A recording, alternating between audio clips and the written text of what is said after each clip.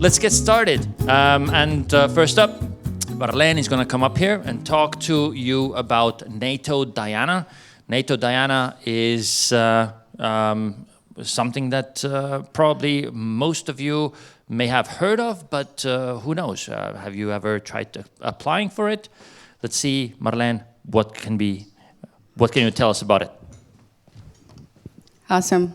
Hi, everybody. My name is Marleen. DIANA is the Defense Innovation Accelerator Northern Atlantic, which means that we are a part of NATO. DIANA was launched in 2023, so we are rather young NATO body. But what we do, we build bridges between best tech in the world and capability gaps of the allied nations and NATO. So we are searching for the best tech to support the alliance's freedom. We do have 3 offices. Obviously, one is in Tallinn, which is why I'm here on the stage. And there's actually 2 more, one on the other side of the ocean, which is the Northern American, regional office, which is in Canada, Halifax. And then the headquarters are in London. We're a pretty small team. There is only 90 of us, so compared to the rest of NATO, we are really small.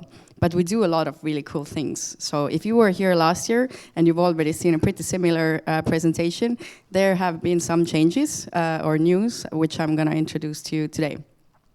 But this is something that makes us really special because we are part of NATO. We do have a massive ecosystem that is growing year by year. So in addition to those 90 people who actually work with the program and every single element and every single service that we are offering to the companies, we do have the accelerator sites. Let me show you a quick map of it. So this year we had 16 activated accelerator sites, most of them on this side of the ocean and actually 2 of them on the other side of the ocean. What does it mean? So if you become a DIANA innovator, you will be assigned to an accelerator site. That means that most of the time you will fly into that specific country, which may not be your own country, and then you will participate in the program most of the time in that defense ecosystem. Coming back to my previous slides, we have a massive amount of test centers all over the world where you can test whichever sort of technology that you can ever imagine. They're on this side of the ocean and also on the other side of the ocean once again. We have a lot of experts and mentors who want to support you once again in whichever sort of topic you can actually imagine. There's more than 1,000 of them right now available as ad hoc services, but also every innovator will be assigned a dedicated defense mentor when they enter the program, who's going to support you 6 months for the first part of the program. And then, of course, all the allied nations will be available to you at our global events. So, for example, in February in Munich, during the Munich Security Conference, we were organizing one of our global events, and we had 1,200 attendees from all over the alliance, including also industry, primes, and everybody else. I already mentioned a lot of things that we offer during the accelerator program, but most importantly, please remember that the first part is 6 months. You will get 100,000 euros for the first 6 months, and then you may apply to the extended program part, which is called the mission track with its new name.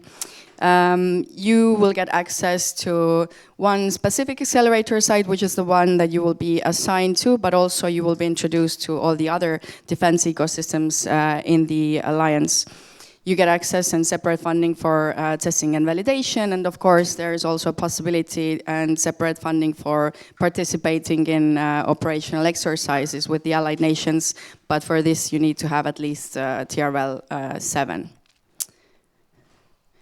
Challenge formation. So we don't come up with challenges ourselves. Basically, every company who applies to the program needs to be aligned with one of the challenges. I think I'm going to show you soon the ones that we had for 2025. The ones for this year are sadly not yet launched, so I cannot tell you if there's going to be anything that suits you, but wait another 9 days and then go check the DIANA webpage, because then you will see which challenges will be launched for 2027, yes. But how it works. We collect this information from the allied nations and NATO, so what are the capability gaps? And then, based on all this information, the challenges are formulated. So DIANA doesn't figure them out ourselves. We actually base this information based on what we are told by the experts. This is what it looked like in 2026. There was 10 of them. I cannot confirm how many there will be this year or which ones they will be, but once again, please check DIANA's LinkedIn and webpage in a week, because then it's open and published. And also the timeline of 2025. Why am I showing it? Because a bit of a tip is that it's been pretty similar every year. So 1st of June, the challenges will be launched. Then there's quite a long time for the evaluations, as you can see, and probably the most important part is there on the end of the slide, that you will know that you're accepted to the program quite late on, so the end of November, or even the beginning of December, and then also in December the program starts. So if you will apply to the program, please keep these tight deadlines in mind and make sure that you do have the capacity and enough FTEs in the program to actually start this and participate. These are the outcomes of last year's program, because this year's program has not yet ended. There's another month of it.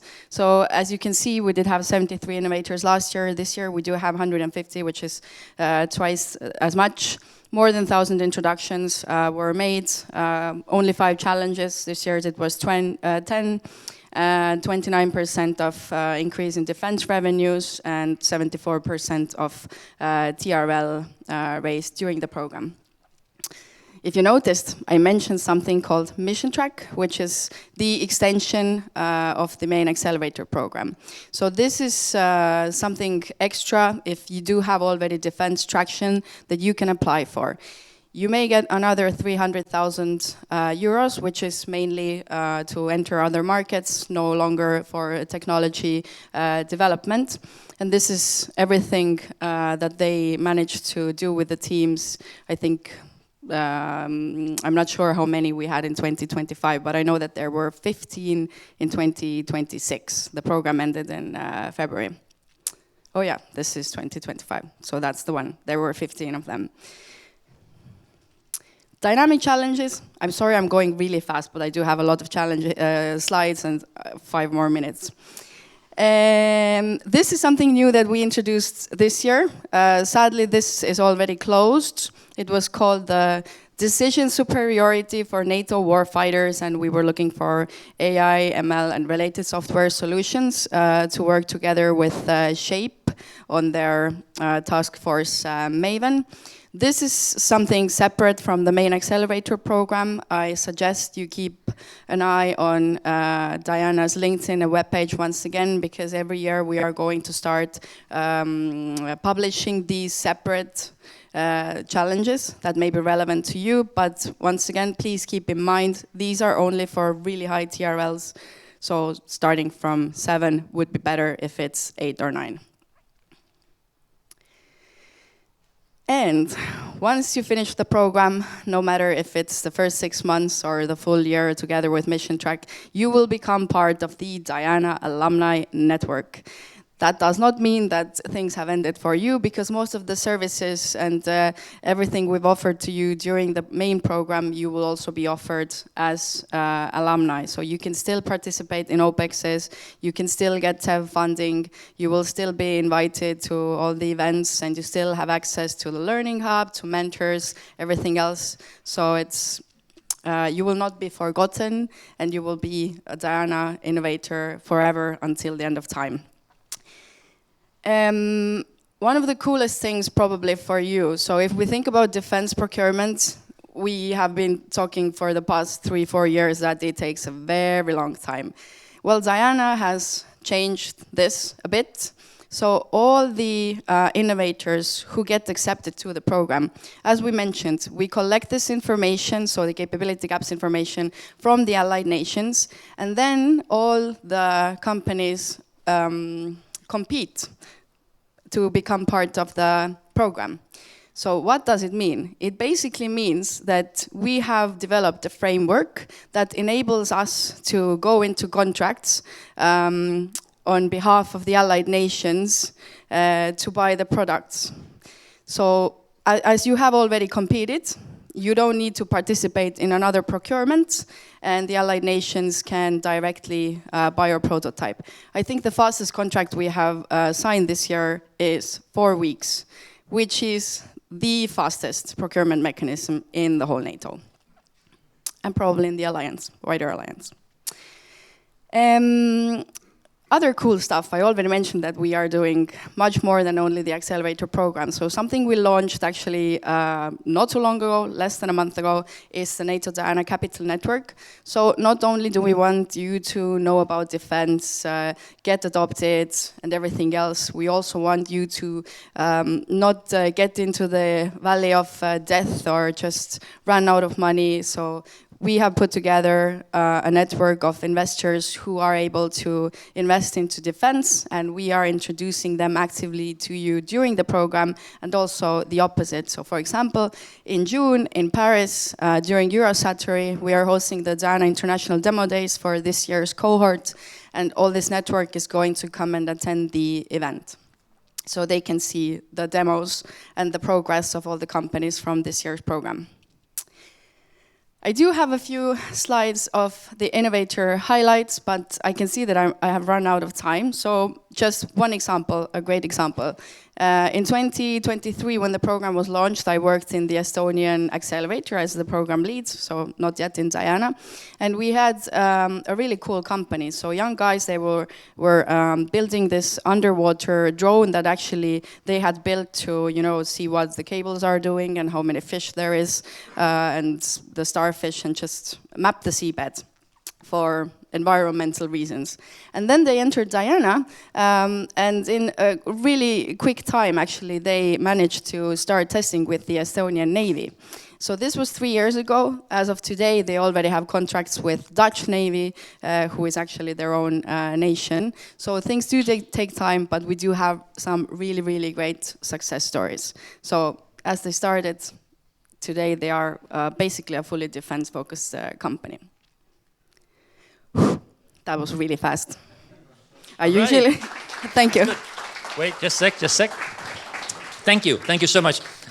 You have some examples here. Mm-hmm. There's a lot of people here who are cybersecurity focused, information security focused. And obviously, like you said, you don't know the challenge areas yet, because that'll take another 2 weeks now or like a little less, 9 days. But do you have any examples that you can think of that cybersecurity companies, startups have been successful in this NATO DIANA as well? Yes, I think there is something from the snapshots, and I think we had 2 challenges this year that were actually pretty suitable for the cybersecurity companies, but I can't name any specific examples right now of the company, like the successful companies. All right. Is there a question from the audience? Not right now? Oh, yes, there is right now. You had a nice map, and there was a orange dot in Estonia, which was in Narva. So are you actually located in Narva, or? No, actually, the Estonian Accelerator is in Tartu and Tallinn. Yeah. I need to go check the map, but I'm quite sure. Big maps, small dots. No, small maps, big dots, yeah. Something like that. All right, thank you very much. Thank you for talking to us right now. Another applause.